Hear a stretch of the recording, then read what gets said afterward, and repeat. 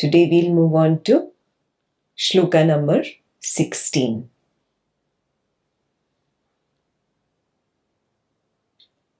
तस्मात् त्यजेत् कार्यम् अशेषतः सुधीर विद्या विरोधान समुच्चयो भवेत् आत्मानो संधान परायण सदा निवृत्ता सर्वेन्द्रिय वृत्ति गोचर. The direct seeing will be done later. Right now we'll just do the translation. The translation says, surrender action totally for the sake of purity. As action contradicts knowledge and their combination is not possible. So we did this already in the past few verses, that karma and jnana, they cannot be combined. Till the time you attempt to combine them, you're going to be stuck. They contradict each other. Their combination is impossible. That is why you surrender one. And which one would you surrender? Obviously, karma, so that you can progress in jnana. That is what the translation of the first line is. The second line is, be engaged in contemplation upon the self wholeheartedly. And how do you do that? The last part says, quiet all activities of the senses and the mind. So this is the translation. Dvaitam Path is saying, surrender action. What is it implying? Means do not act. What does do not act imply? That action is in my control. The starting point of the Dvaitam Path or of Karma Yoga is wrong. That it's saying, do not act as if action were in my control. You see the flaw here? Action is not in my control. The body appears to be acting. It's only an appearance. There is no action happening. But at Karma Yoga level, the spiritualist is not able to see this. And Dvaitam Path does not even take him further than that. On the Dvaitam Path, they say, oh, God will take care of everything. Guru will take care of everything.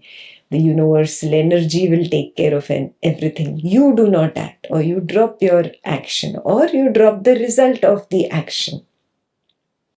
Everything implies that you are in control of the action. And that is why the struggle continues on that path. Because from within, you have believed that I am acting. I want to act. And then you are saying, no, I should surrender. So I should not act. So this continuous tug of war does not let the Karma Yogi be stress-free. Have you realized this? Advaitam says you are assuming that you are the waker. On top of that, you are assuming that the waker can act or can control action. And then the next level of assumption, the waker should not act or surrender action. All three are assumptions, says Advaita Vedanta. Not acting is also an action. Do you realize this? I'm not going to go to work. This is an action. Not acting is also an action. You are at the same place really. So what is direct seeing really? It is not about giving up the action at the waker level. It is about surrendering this false identity of being this waker. If I get into that identity of Ekta, I am Ekta. See, I am teaching. I can teach Advaita Vedanta like this and blah, blah, blah, blah story. This is the false identity.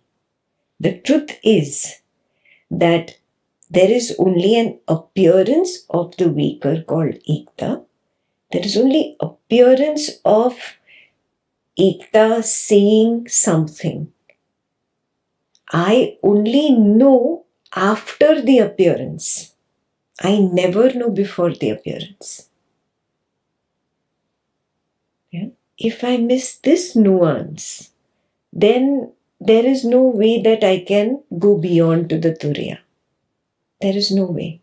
This is the most important thing. It's subtle, it's intricate, and it has to be seen in the moment-to-moment appearance of the waker. That right now suddenly the waker appeared. Oh, the waker is not. Something else is appearing. Maybe a thought is going on. And then that is not. So this clarity needs to be there in every single appearance of the waker. Homework number 1 for you. Do I recognize the appearance and disappearance of the waker? And the action is only an appearance. Do I recognize that appearance of action and disappearance? Appearance and disappearance. Am I there yet? Then the next level of contemplation is, do I recognize that that action was never known by me? Suddenly the waker appears, the action appears, then I falsely claim the action in retrospect.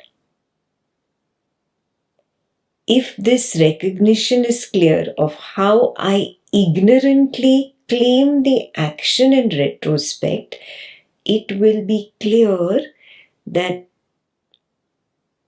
it is not in my control. It happens, then I know. If the appearance of action happens first and knowing of the appearance of action happens later, how can I surrender this action?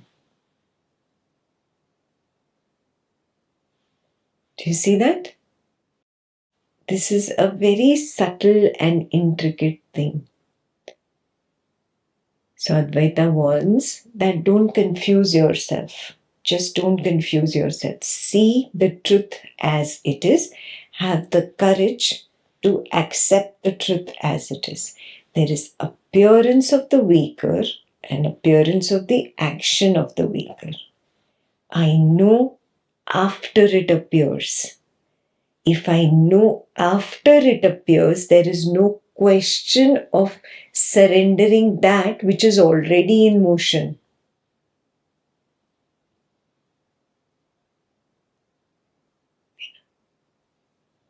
So what is the true meaning of surrender? That is what we are going to go into in depth in this shloka.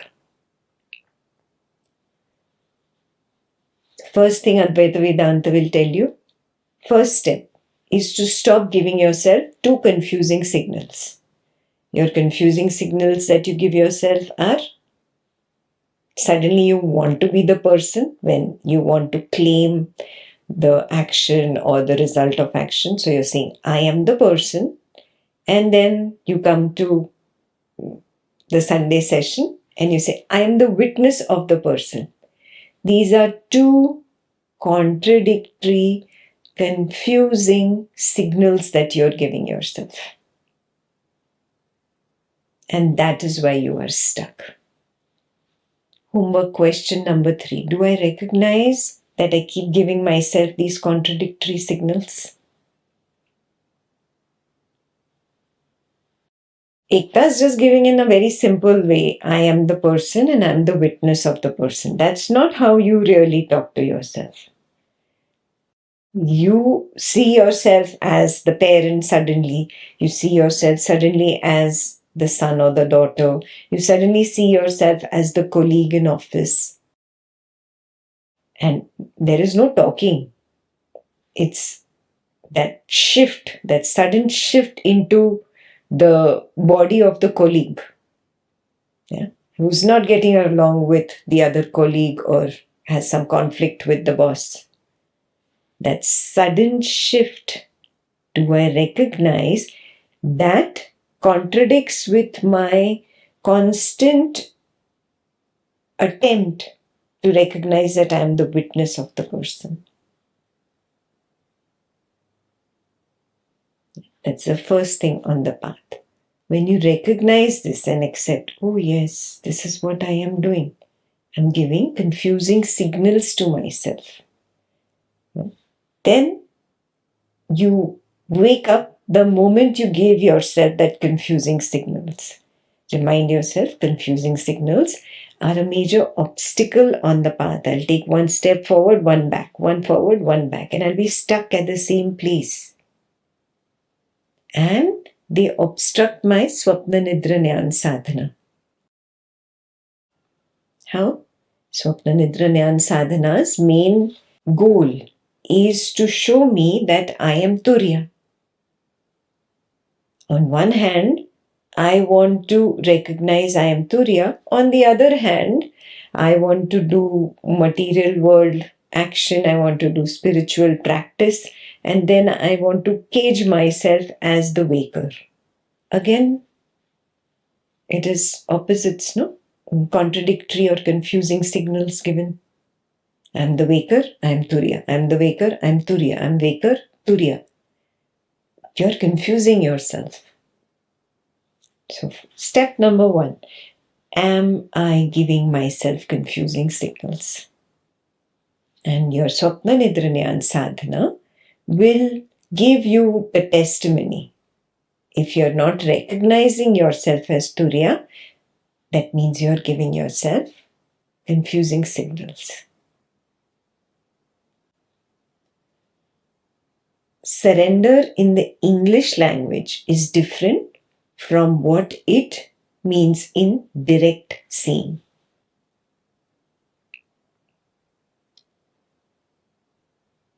We look at the Ramadrishti verse now to see what it means in direct seeing. What is direct seeing saying? So, verse 16 in Ramadrishti book, direct seeing urges recognize the uncomplementariness between jnana and karma. That's the first step. I recognize that there is only knowledge. There is no action. There is knowledge of an action. There is no action. For example, the waker had a conditioning when it was on the Dvaitam path to chant a mantra. On the Dvaitam path, what did you think? I am chanting the mantra. Mantra is a sound which is assumed here to exist external to the waker. Let's say the sound is Aham Brahmasmi. You were chanting the mantra Aham Brahmasmi. You repeat the chant. The chant emphasizes the ignorance that I, the waker, am stressed, and this chant calms me down. Do you see this? Story enveloped in another story. But you miss the truth. What is the mistruth? Truth is seeing that the stress sensation wave arose, it played, and it fell. I did not accept its falling. I held on to the story of the stress wave being continuous. Then the truth is seeing that Aham Brahmasmi is also a thought wave. It arose, it played, and it fell. Again, I did not accept its falling. I created a story of the calmness created by this thought. Truth is just seeing, oh, it's only a calmness thought wave. There is no calmness and there is no stress. This is clear. These are only thought waves that arise and they fall. Again, I did not accept its falling. I believed, see, I'm feeling calm continuously, which is a lie, which is the story part. Do you see what you ignore? You ignore its collapse, its falling. You ignore its disappearance. Why? Because of that inherent Trishna, Jijivisha, the craving to be. The craving to be accepts that something arises but does not accept that it falls too. You're seeking validation to be. So recognize this, that I was ignoring this, and that's how the Karma Yoga path becomes convoluted because of all these wrong assumptions. The truth of the arising, appearing, and disappearing, the momentariness is missed. If I would see the momentariness, then what would I be able to clearly see? Oh, that it is only jnana of karma. It is not karma. It is only the knowledge of action. It is not action. Now do you see how they are uncomplementary? They cannot go together. When I accept the truth that yes, it is only knowledge of action, there is no action, action completely falls off. Or if I hold on to no, there is action. See this big empire I built. I am so great. Then I will never accept that it is only jnana of an empire. I want to hold on to, see, I am so great. I will hold on to karma. So they cannot complement each other. Truth is seeing that karma is not. There is nothing to surrender there. It is not. There is only jnana. There is only knowledge of an action. So whatever you did in the past on the Dvaitam path, you attempt to recognize, okay, I chanted this mantra. Did I miss it? That there is just that Aham Brahmasmi wave that comes and goes. Then there is a calmness wave that comes and goes. And I now say, oh, that stress is not there. That is also just a thought wave that comes and goes. Did I ever see the truth as the background of nothingness on which there is one arising? These arisings are random. There is no cause and no effect. There was no cause between the stress wave and the Aham Brahmasmi wave, and there was no Aham Brahmasmi wave, which was the cause of the calmness wave. No. Each wave was random. Are you able to see that now? After coming the entire path from ignorance to knowledge? That is the next homework question for you. Now, I give you an example of a spiritual sound. Apply this to a material world sound. Somebody says some words which are not very pleasant for the waker. I'll take an example. Suppose I become Ekta. I assume the identity of Ekta. Spiritual participants address Ekta as Didi. Didi means sister in English. Merely a sound, just a sound wave with zero meaning. Zero meaning. If I get attached to this waker called Ekta and I develop an attachment to the word Didi, I am converting that zero into illusory one. It is actually simply sound. I have attached some attraction to the appellation or the title Didi. What will happen when the grey hair appear? The title Didi progresses from Didi to Amma. It transforms from sister to mother. And if I'm very attached to the waker, there will be a poke to the Didi wave, which is now replaced by the Amma wave. Do you see that? That poke kindles agitation. Why? Again, that jijivisha, the craving to exist, to be, does not like change. Change implies arising of a wave and falling.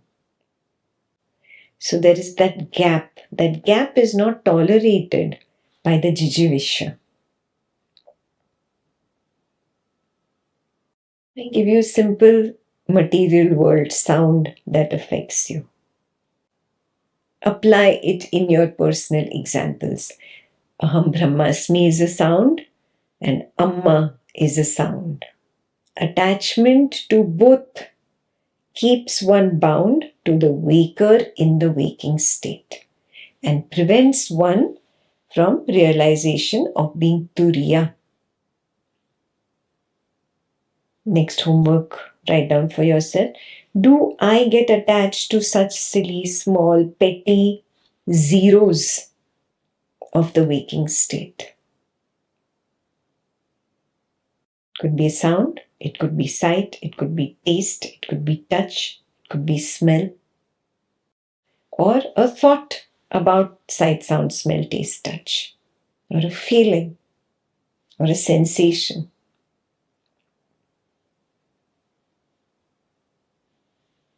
Is that very clear? There should be a clear recognition that sound is only a wave, or sight is only a wave, smell, taste, touch is only a wave that appears and disappears. Is this clear to me moment to moment? It's a randomly arising wave appears and suddenly disappears. There is no cause, there is no effect, there is no story.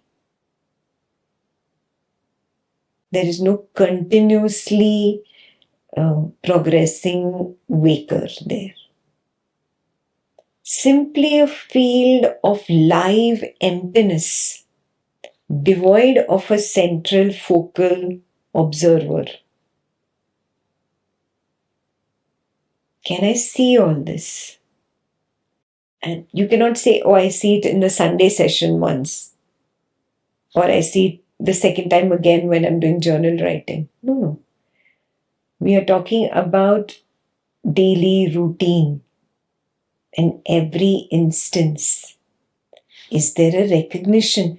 I am not the first, I am not the waker. When the dream world is on, is there recognition? I am not the second, I am not the dreamer. And third, is there recognition? I am not the deep sleeper in the deep sleep state. Only when neti happens at waker, dreamer, deep sleeper, then only I get to the fourth, Turiya. Is this recognition there? That is the most important part. Now we move ahead in Ramadrishti, verse 16.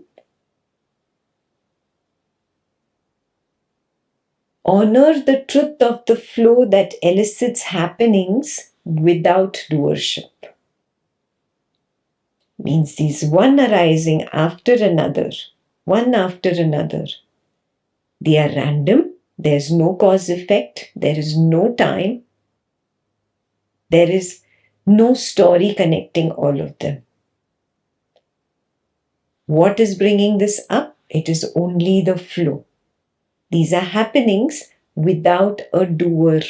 There is no doership there. And now let's see the examples given in the verse of how we actually recognize the flow. This is only an example. It is not necessary that it appears always in this sequence. So the flow triggers the arising of the sensation of the body. And then suddenly there is this asmita. I am this body. And that is assumed to be the person or the waker. Then the flow prompts the arising of the perception of sight, sound, smell, taste or touch. Then that is assumed as the world. So you see the separateness has already started. Do I see this? Indirect seeing. Do I recognize asmita and do I recognize the world? Whatever the world is in that particular scene for you. Then the flow incites doership, connecting this person and the world. There is doership. See, I am doing this, or this has been done by me, or I will do this. Doership wave is incited and it connects this person and this world. All illusion. Are you able to see this illusion happen?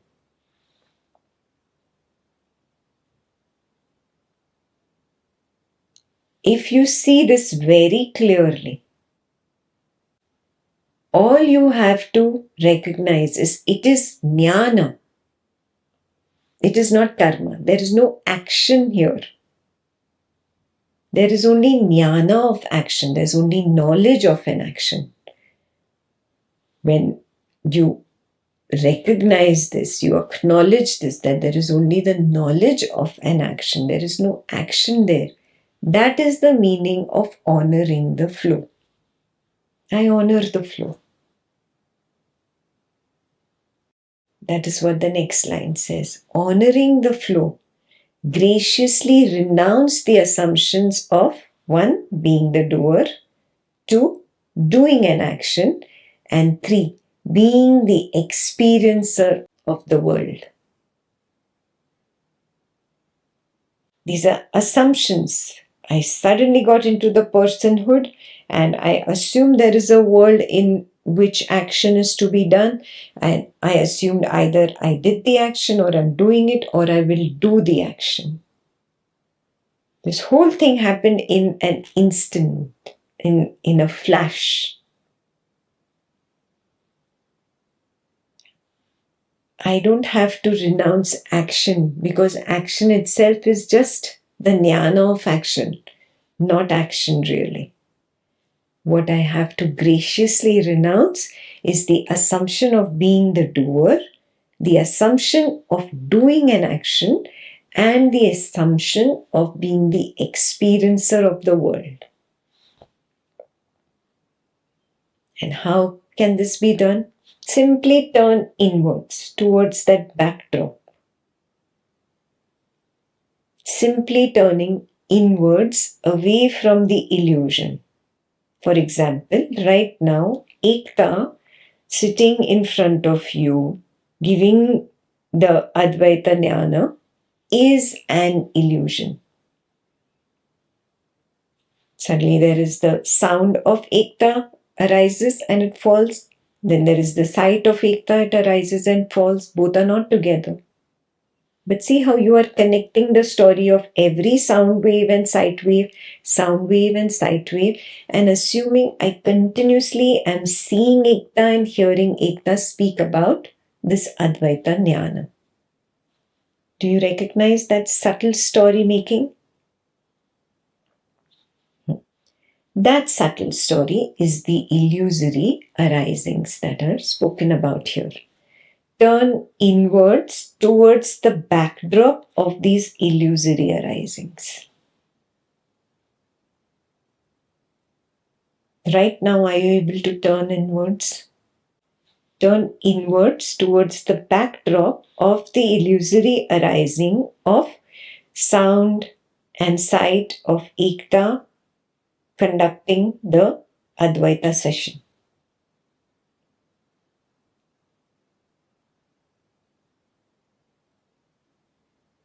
That infinite aliveness, nothingness, emptiness, that is the backdrop.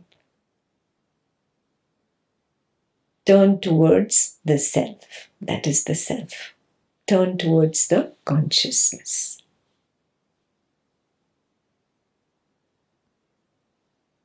So exactly what we did right now, the turning away, that is a natural surrender.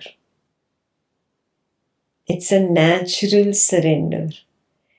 For example, till the time you were a little girl or a little boy, you felt that your toys were real.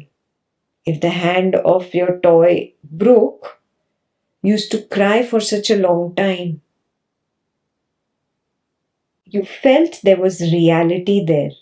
And the moment there was the recognition of it being only an illusion, you naturally turned away from it. Yes, that is what I mean by natural surrender. It is a natural surrender of the compulsion to assume to be the waker. I don't want to be the illusory waker anymore. Like when you played with your toys, you said, I'm done. You didn't hate the doll. You didn't particularly love the doll anymore. It was there. You had become free of the compulsion to assume to be the little girl or the little boy who plays with toys. This is a natural product of Turiya Jnana. It is not an action that you do. Is this clear? Turiya Jnana, the wisdom of being the fourth. The wisdom of being not the first, not the second, not the third, but the wisdom of being the fourth is Turiya Jnana. The natural surrender of the urge to identify as the first or the second or the third happens automatically.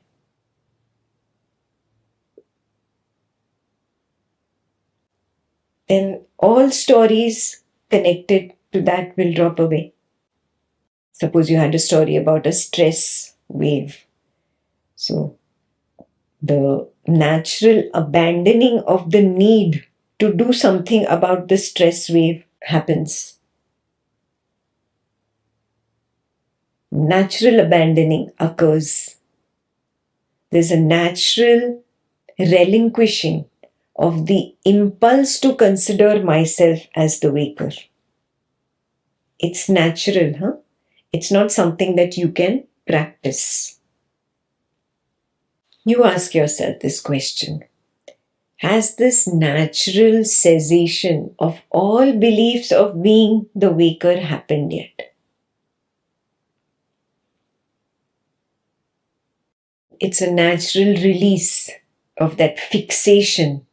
You are fixed on the identity of the waker. Do you see it? There's a fixation. Has the natural release from this fixation on the identity of being this waker happened yet?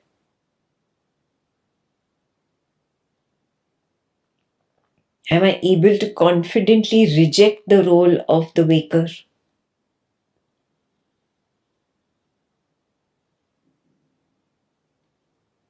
And it's not just the assumption of the weaker that naturally drops away. It's also that you dismiss that drive of being acknowledged as the weaker by another one. I dismiss this. I'm not interested in being acknowledged as the weaker. All these happen naturally. That is the meaning of surrender here.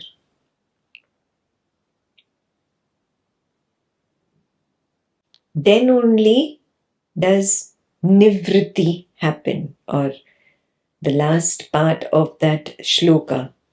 Nivritta sarvendriya means you quiet all activities of the senses.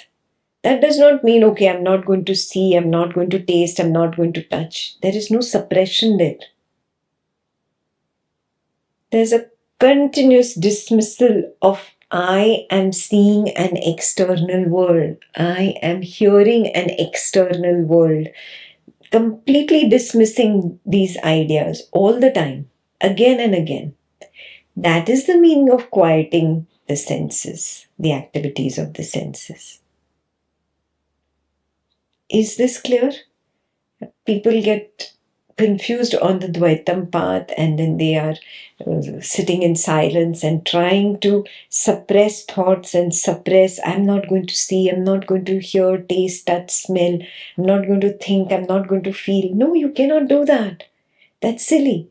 It's trying to force the flow. Okay, flow, you will not come up. Is that in your control? So recognize this. No, there is no pushing away of darkness. I'm still trying to push away. No. Darkness does not need to be pushed away. You have to just turn on the light. That's all. It is only jnana. There is only jnana of Ekta giving this Advaita session, and there is only jnana of this weaker receiving this Advaita knowledge. Both is jnana. Separate yourself from both. Zoom out of it and see it at a distance, clear distance. Then you see, oh, it's only jnana. There's jnana of karma. There is no karma. That sums up verse number 16. The main homework question for you is to recognize, moment to moment, do I see this, that there is only jnana of karma, there is no karma. In English, there is only the knowledge of an action, there is no action. There is only appearance of an action, there is no action. And we've gone one level higher than the previous verse.